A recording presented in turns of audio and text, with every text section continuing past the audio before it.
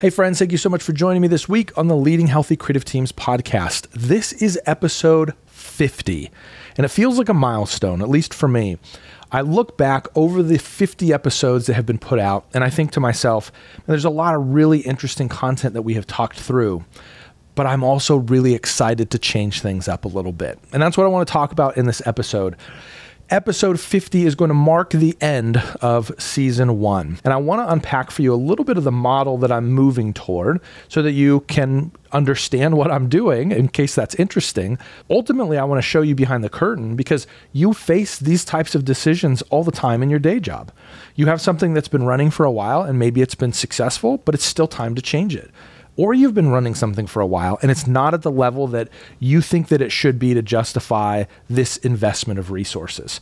So then it's time to change it.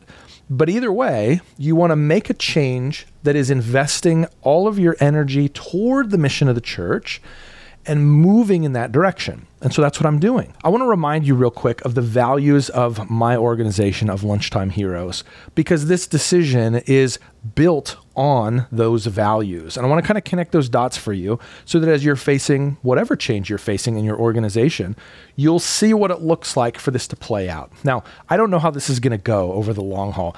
This feels like a bit of a risk for me, to be honest. The new initiative is going to take more time. It's a little bit scary creatively, but I think it's going to help accomplish the mission. And so I'm willing to roll the dice and see what happens.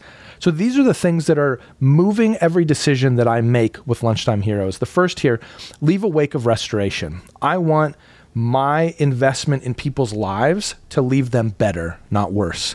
That means that I avoid arguments. That means that if there are toxic comments or if there are trolls on YouTube, I don't engage unless I think that there is a chance that they're asking a serious question. If I don't think that people are really interested in finding the truth or really interested in coming to a conclusion, having a civil dialogue about an idea, then I'm not going to engage. I want to leave our relationship better than when I found it. And that's true of every person that I interact with. My goal is to leave a wake of restoration.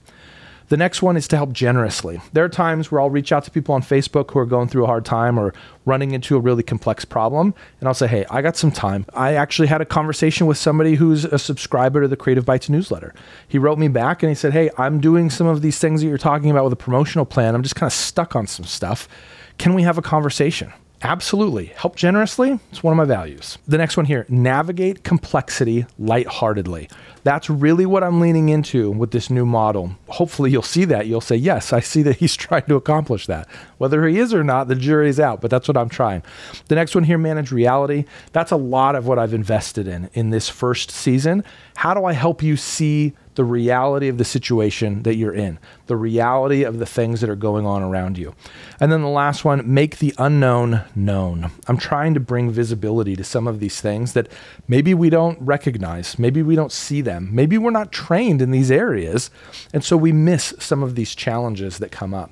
So if I can do that for you, if I can help you see things that you didn't see before, then I'm doing what my values are saying that I should be doing. So that's my goal. Let me lean in a little bit on navigating complexity lightheartedly. Really what I'm trying to do here is I'm trying to navigate some of the challenging conversations that happen as communicators and as managers of communicators. As creatives, we have a lot of passion and a lot of drive towards the things that we're investing in. And as leaders of creatives, sometimes we get a pretty zealous conversation coming at us because of a passionate desire that the creative has. The time that I spent in the church, I was very fortunate to have gracious leaders. I would come at them with zeal. I would be so frustrated. And they were gracious and they were kind to help me see that maybe I didn't see everything. And that became a really important part of my growth as a leader. So this new model is going to feature those conversations. It's a little bit more of a narrative style. I actually call them parables. That's really what I'm trying to emulate here.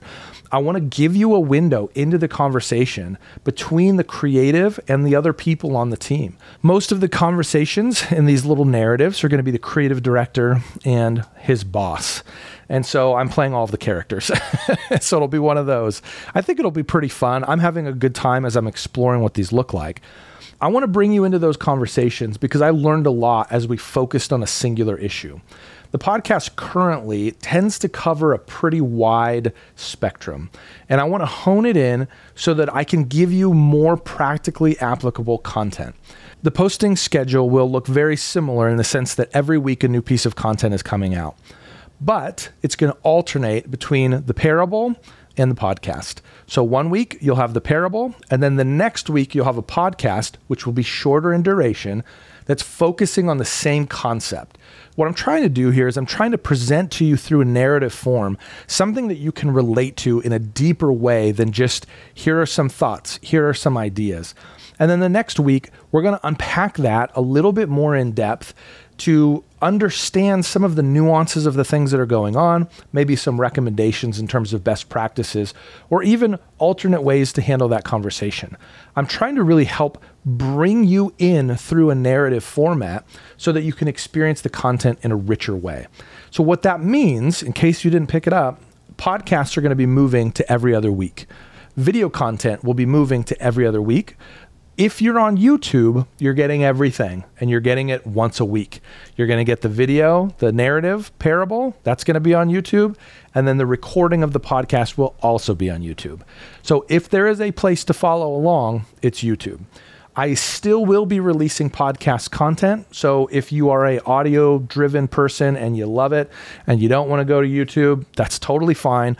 You're going to be getting content that will feel similar, although a bit shorter, but it'll feel similar than what you're currently getting.